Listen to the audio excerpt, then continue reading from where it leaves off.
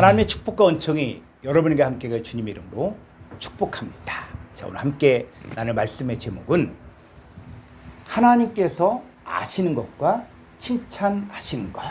이 제목을 가지고 함께 말씀을 나누겠습니다. 오늘 본문 말씀은 계시록 2장 1절로 3절의 말씀입니다. 에베소 교회 사자에게 편지하라. 오른손에 있는 7별을 붙잡고 7 금촛대 사이를 거니시니가 이르시되 2절 내가 네 행위와 수고와 내 인내를 알고 또 악한 자들을 용납지 아니한 것과 자칭 사도라되 아닌 자들을 시험하여 그의 거짓된 것을 내가 드러낸 것과 3절 또 내가 참고 내 이름을 위하여 견디고 게으르지 아니한 것을 아노라.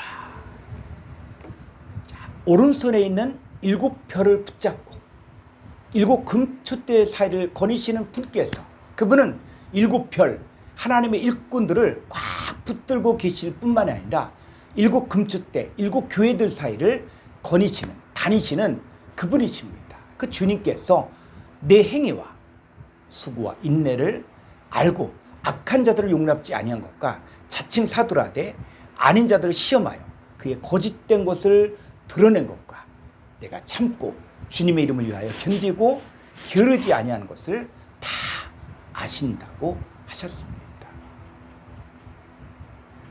우리가 신앙생활을 하면서 하나님께서 정말 내 형편과 사정을 아실까 하는 생각을 합니다.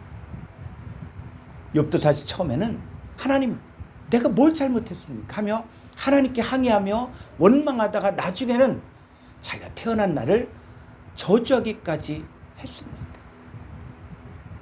욥의 상황이 점점 나빠지고 힘들어지자 이런 고백도 했습니다. 욥기서 23장 8절로 9절을 보니까 그런데 내가 앞으로 가도 그가 하나님이 아니 계시고 뒤로 가도 보이지 아니하며 9절 그가 하나님이 왼쪽에서 일하시나 내가 만날 수 없고 그가 하나님이 오른쪽으로 돌이키시나 배울 수 없구나. 이 극심한 고난 가운데 반항하는 마음과 근심 가운데 있으면서 아무리 하나님을 찾으려도 찾을 수가 없었습니다. 욥기서 30장 20절 내가 주께 부르짖으나 주께서 대답하지 아니하시오며 내가 섰사오나 주께서 나를 돌아보지 아니하시나이다. 욥이 주께 부르짖어도 주께서 대답하지 않으셨고 주 앞에 섰을 때도 주께서 나를 돌아보지 않는 것 같은 것도 경험했습니다. 욥은 심지어 내가 언제 무슨 잘못했습니까 하면서 하나님께 항의하게 됐습니다. 욥기서 31장 9절에 보면은 만일 내 마음이 여인에게 유혹되어 이웃의 문을 엿봐 문에서 숨어 기다렸다면 이웃집 여인들을 탐하지 않았다는, 간음하지 않았다는 거예요.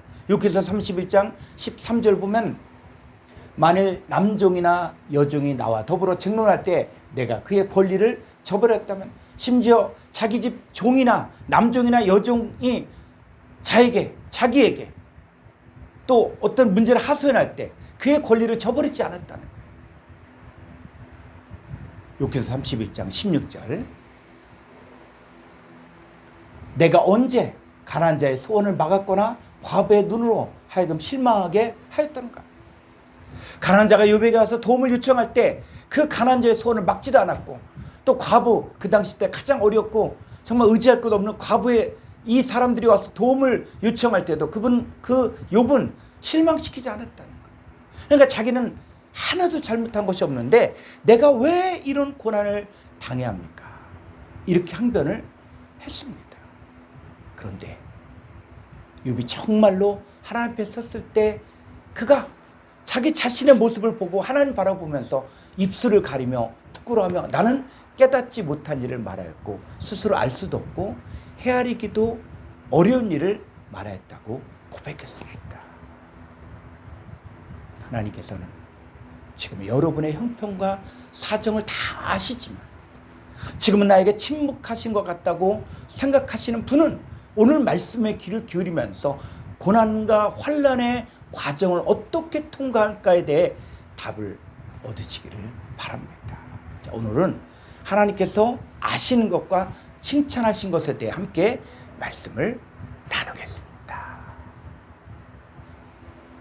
자, 첫 번째, 하나님께서 아시는 것. 자, 계시록 2장 2절로 3절의 말씀을 보겠습니다. 내가 내 행위와 수고와 내 인내를 알고 또 악한 자들을 용납지 아니하는 것과 자칭 사도라되 아닌 자들을 시험하여 그의 거짓된 것을 내가 드러낸 것과 3절 또 내가 참고 내 이름을 위하여 견디고 게으르지 아니하는 것을 아노라. 자, 첫 번째, 하나님께서 내 행위와 수고와 인내를 알고 계십니다. 우리가 살면서 내 행위를 살펴봐야 합니다. 왜 내게 어려움이 그렇게 많은지, 내게 문제가 왜 이렇게 많이 생기는지 하나님 앞에서 점검해 봐야 합니다. 학개서 1장 7절을 보겠습니다. 만군의 여호와가 말하노니 너희는 자기의 행위를 살필지니라. 하나님께서 이스라엘 백성들을 향해 너희는 너희의 행위를 살펴보라고 했습니다. 자, 이스라엘 백성들이 지금 학개서의 배경을 보니까 70년의 바벨론 포로 생활을 마치고 가나안 땅으로 돌아올 때 이들은 꿈꾸는 것 같았고 기적 같은 일을 경험했고 하나님의 역사하심을 경험해서 이제는 하나님을 제대로 섬기자, 하나님만을 높이며 성전도 건축하고 온전한 신앙생활을 하자는 마음이 충만한 상태에서 돌아왔습니다. 그런데 막상 가나안 땅에 도착해보니까 주위에는 이방 민족들이 성전 건축하는 것을 방해하고 삶의 현실이 너무 어려우니까 백성들이 말하기를 여호와의 전을 건축할 시기가 아직 이르지 않았다. 아직은 때가 아니다. 자, 이렇게 이야기했습니다. 그러면서 이들은 결국은 성전을 짓다가 너무 어려운 일이 많이 생기니까 중도에 포기하고 성전은 황폐해졌습니다. 이스라엘 백성들은 이 처음의 다짐과 마음을 다 잊어버리고 이제는 자기 집을 짓기에 바빴고 자기를 하기에 바빴습니다. 그때 여호와의 말씀이 선지자 학개에게 임하기를 이 성전이 황폐하거늘 너희가 이때 판벽한 집에 거주하는 것이 옳으냐고 하셨습니다. 그러면서 하나님께서 너희는 너희 행위를 살필지니라고 말씀하셨습니다. 학개서 1장 6절을 보겠습니다. 너희가 많이 뿌릴지라도 수확이 적으며 먹을지라도 배부르지 못하며 마실지라도 흡족하지 못하며 입어도 따뜻하지 못하며 일꾼이 삭슬 받아도 그것을 구멍 뚫어진 천대에 넣음이 되느니라. 이들은 많이 뿌렸는데도 수확이 적으며 많이 먹었는데도 배부르지 않고 좋은 것을 마실지라도 흡족하지 않고 입어도 따뜻하지 않고 일꾼이 삭슬 받아도 마치 구멍 뚫어진 전대에 넣는 것 같이 남는 것이 없었습니다. 오늘날 신앙생활하는 사람들이 말하기를 지금 나 살기도 힘든데 어떻게 교회를 돌보고 무슨 11조를 하겠는가, 나 살기도 힘든데 무슨 감사헌금을 하느냐 하면서 교회 생활도 제대로 못하고 헌신도 하지 못하니까 교회가 황폐해집니다. 그런데 교회만 황폐해지는 것이 아니라 여러분의 삶도 황폐해진다는 것입니다. 한 해 농사 열심히 지었는데 메뚜기 떼가 와서 다 따먹으면 남는 것이 없는 것처럼 내 인생도 열심히 살긴 살았는데 남는 것이 없다고 생각하면 그때는 진지하게 여러분의 행위를 잘 살펴봐야 합니다. 왜냐하면 여러분들은 하나님의 택한 자녀이기 때문에 하나님께서는 자기의 자녀가 잘못된 길로 갔을 때는 개입하신다는 거예요. 여러분, 왜 이런 일이 우리의 삶 가운데 계속적으로 반복되고 있는 것입니까? 자, 학개서 1장 9절을 보겠습니다. 너희가 많은 것을 팔았으나 도리어 적었고 너희가 그것을 집으로 가져갔으나 내가 풀어버렸느니라. 나 만군의 여호와가 말하노라. 이것이 무슨 까닭이냐. 내 집은 황폐했을 때 너희는 각각 자기의 집을 짓기 위하여 빨랐습니다. 내 집은 황폐했을 때 너희는 각각 자기의 집을 짓기 위하여 빨랐습니다. 하나님께서 세우신 교회가 어떻게 되든 나만 잘 먹고 나만 잘 살면 된다고 생각했기 때문에 문제가 생긴 것입니다. 너희가 많은 것을 팔았으나 도리어 적었고 너희가 그것을 집으로 가져갔으나 내가 불어버렸다. 여러분, 하나님이 불어버리시는데 어떻게 남는 것이 있겠습니까? 왜냐하면 하나님의 집은 황폐한데 너희는 각각 자기의 집, 자기 일을 하기에 바빴기 때문입니다. 자, 그러면 이제 어떻게 해야 됩니까? 삶의 방식을 바꿔야 합니다. 삶의 우선순위를 바꿔야 합니다. 자, 아께서 1장 8절을 보겠습니다. 너희는 산에 올라가서 나무를 가져다가 성전을 건축하라. 그리하면 내가 그것으로 말미암아 기뻐하고 또 영광을 얻으리라. 여호와가 말하니라.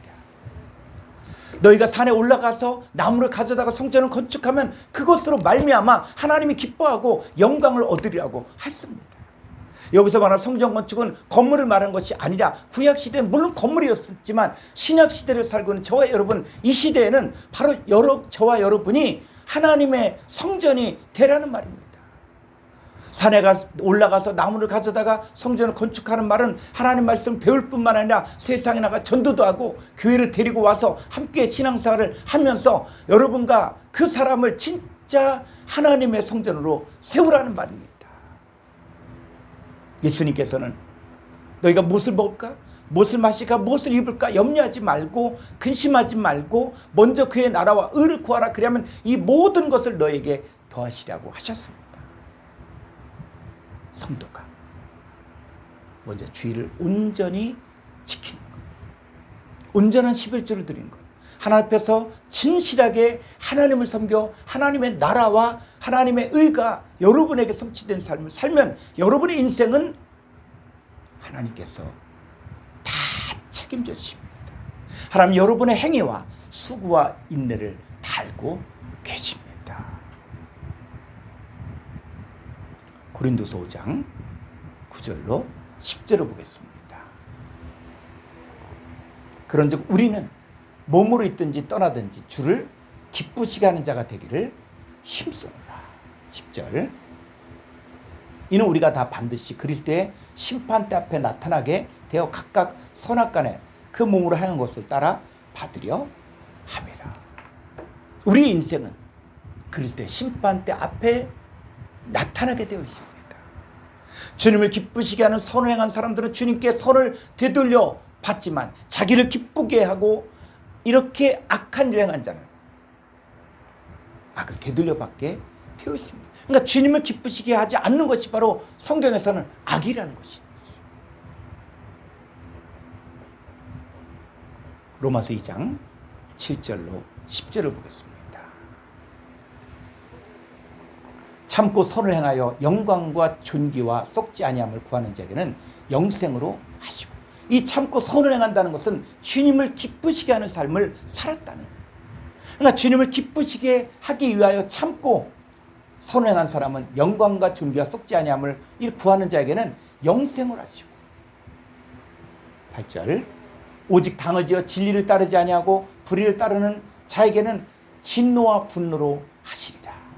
그래서 무리를 지어서 진리를 따르지 않고 불의를 따르는 이 사람들이 바로 이 사람들에게 진노와 분노로 임하는데, 9절. 악을 행하는 각 사람, 이 악이 바로 뭡니까? 진리를 따르지 않는 거예요. 불의를 따르는 거예요. 그게 악이에요. 그랬을 때는 각 사람의 영에게는 환난과 공고가 있으리니 먼저는 유대인에게요 그리고 헬라인에게며. 10절. 선을 행하는 각 사람에게, 이 선은 바로 주님을 기쁘시게 하는 삶을 살았던 선을 행하는 각 사람에게는 영광과 존귀와 평강이 있으리니 먼저는 유대인에게요 그리고 헬라인에게라. 여러분, 우리가 참고 선을 행하고 주님을 기쁘시게 하는 삶을 살았던 사람들은 영광과 존귀와 썩지 아니함을 구하는 이 사람들에게는 영생으로 하시고 영광과 존귀와 평강이 있습니다. 그런데 진리를 따르지 아니하고 불의를 따르는 자에게는 환난과 공고가 있고 진노와 분노로 갚아주십니다. 자, 두 번째, 우리 하나님께서 하신 것은 하나님께서는 나의 신앙생활도 아십니다. 자, 계시록 2장 2절로 3절을 보겠습니다. 내가 내 행위와 수고와 내 인내를 알고 또 악한 자들을 용납지 아니하는 것과 자칭 사도라되 아닌 자들을 시험하여 그의 거짓된 것을 내가 드러낸 것과. 3절. 또 내가 참고 내 이름을 위하여 견디고 게으르지 아니하는 것을 아노라. 자, 우리 주위에 악한 자들이 너무도 많이 있습니다. 그런데 여기 성경에서 말하는 이 악한 자들은 세상의 도덕이나 윤리적으로 나쁜 짓을 한 사람만이 아니에요. 그래서 이 악한 자들의 헬라어를 보게 되어지면은 2556번에 카코스란 단어인데, 이 카코스는 악한 이런 뜻이에요. 그래서 성경을 보니까 마태복음 21장 41절에서 악한 자들이 누구냐? 포도원 일꾼이에요.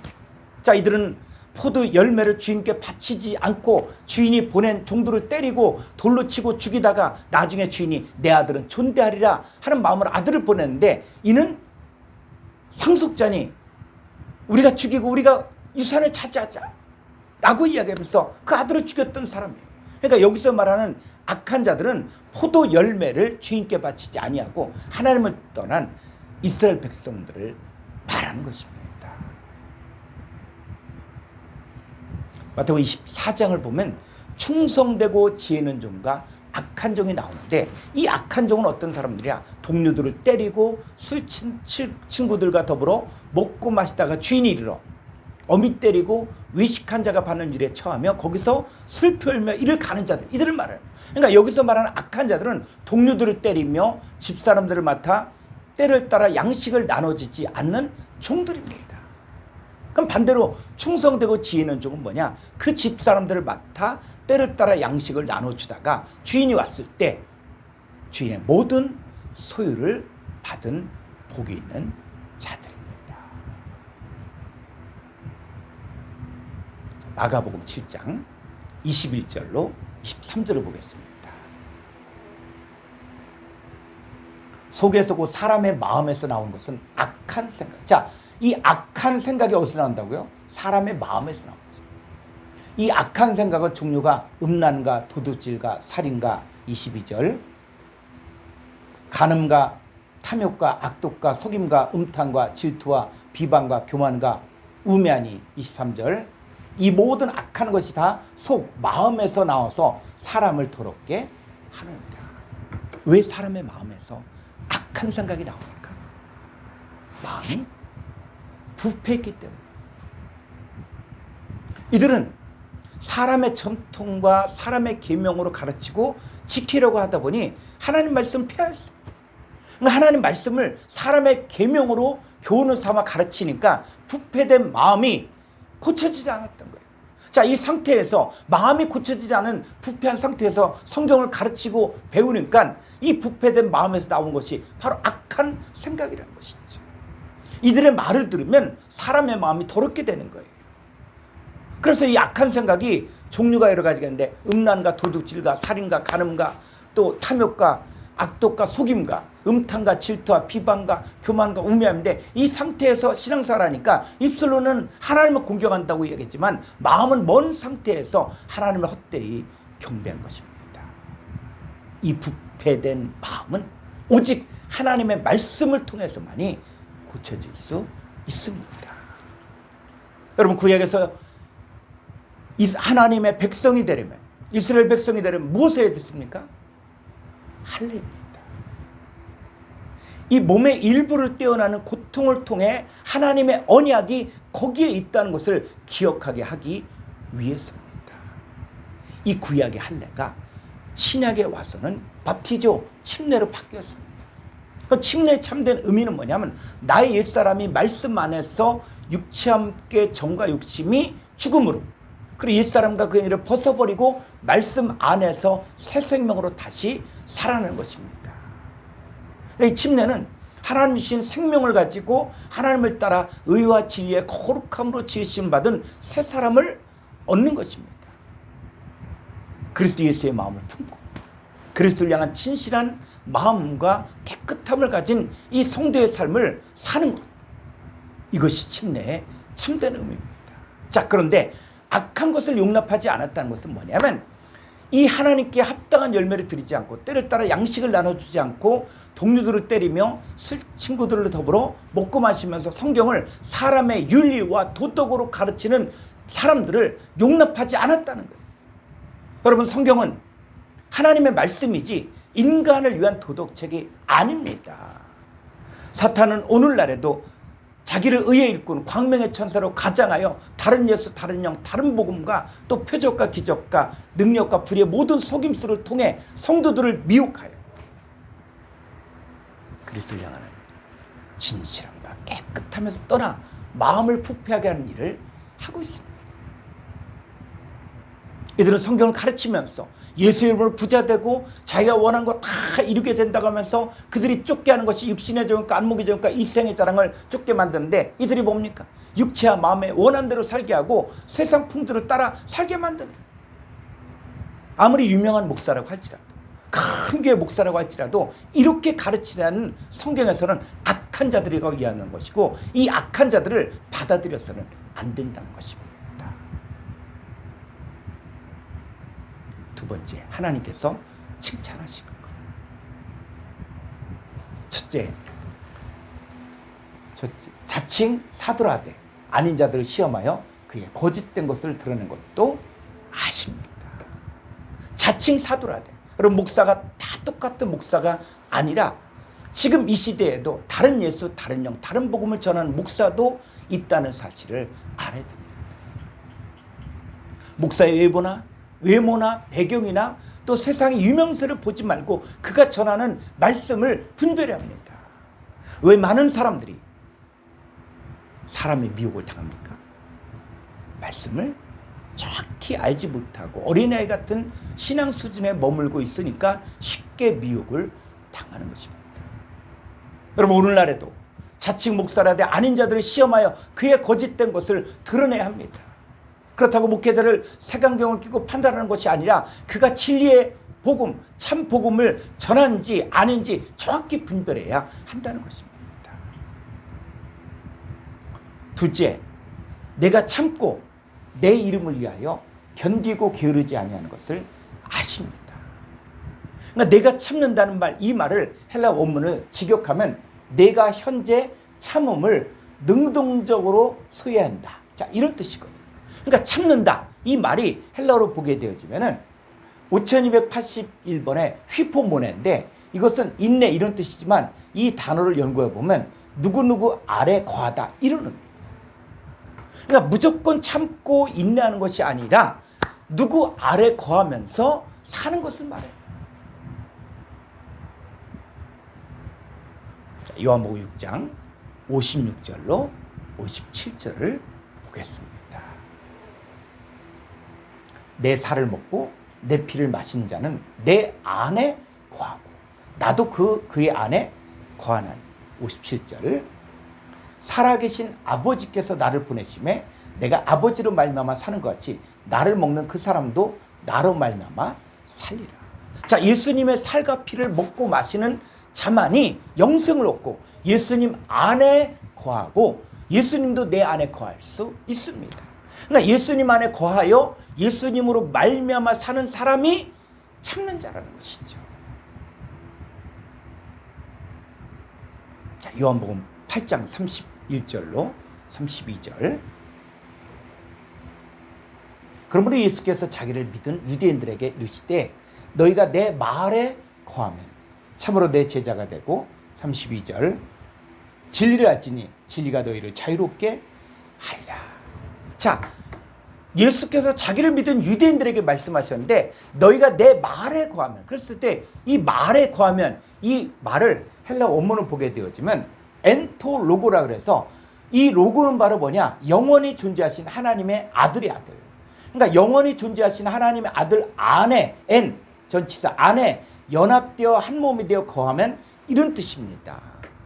그러니까 예수님 안에 거해야만 현재 예수님의 제자들이 되고 진리를 알게 되어 진리가 우리를 자유롭게 합니다.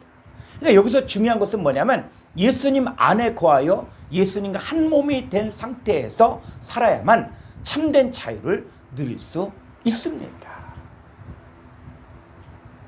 그리고 참는다는 것은 뭐냐면 예수님 안에 거하여 예수님의 제자가 되고 또 진리를 알고 진리 안에서 자유로운 삶을 사는 것입니다. 우리가 주님 안에, 주님의 사랑 안에 거하고 빛 가운데 거하고 하나님의 씨가 그 안에 거하고 그 그리스도의 교훈 안에 거하여 예수 그리스도로 인하여 사는 것이 바로 참는 것입니다. 셋째, 주님의 이름을 위하여 견디고 수고하는 것을 아십니다. 여러분, 견딘다는 말은 뭐냐면 예수님께서 우리의 연약한 것을 친히 담당하시고 병을 짊어지셨고 자기 십자가를 치신 것처럼 우리도 연약한 자의 약점을 담당하고 짐을 서로 지는 일을 해야 합니다. 그러니까 주님을 위하여 견딘다는 이 말은 무조건 참고 인내하는 차원이 아니라 말씀을 가르쳐 고침을 받게 하여 그 사람을 영생의 존재가 되기까지 그 사람의 짐을 내가 끝까지 지는 것을 바랍니다. 하나님 여러분 아시고 여러분의 신앙생활도 다 아십니다. 라틴어의 코람데오가 있어요. 이 코람데오는 하나님 앞에서, 여러분 우리는 날마다 하나님 앞에서 코람데오는 삶을 살아야 됩니다. 여러분의 삶을 전부 아시는 그 하나님 앞에 진실하게, 여러분 먼저 하나님 나라와 의가 이루어진 하나님의 성전이 되고 또 진실함과 깨끗함으로 주님의 이름을 위하여 견디고 수고하는 삶을 살기를 주의 이름으로 축원합니다.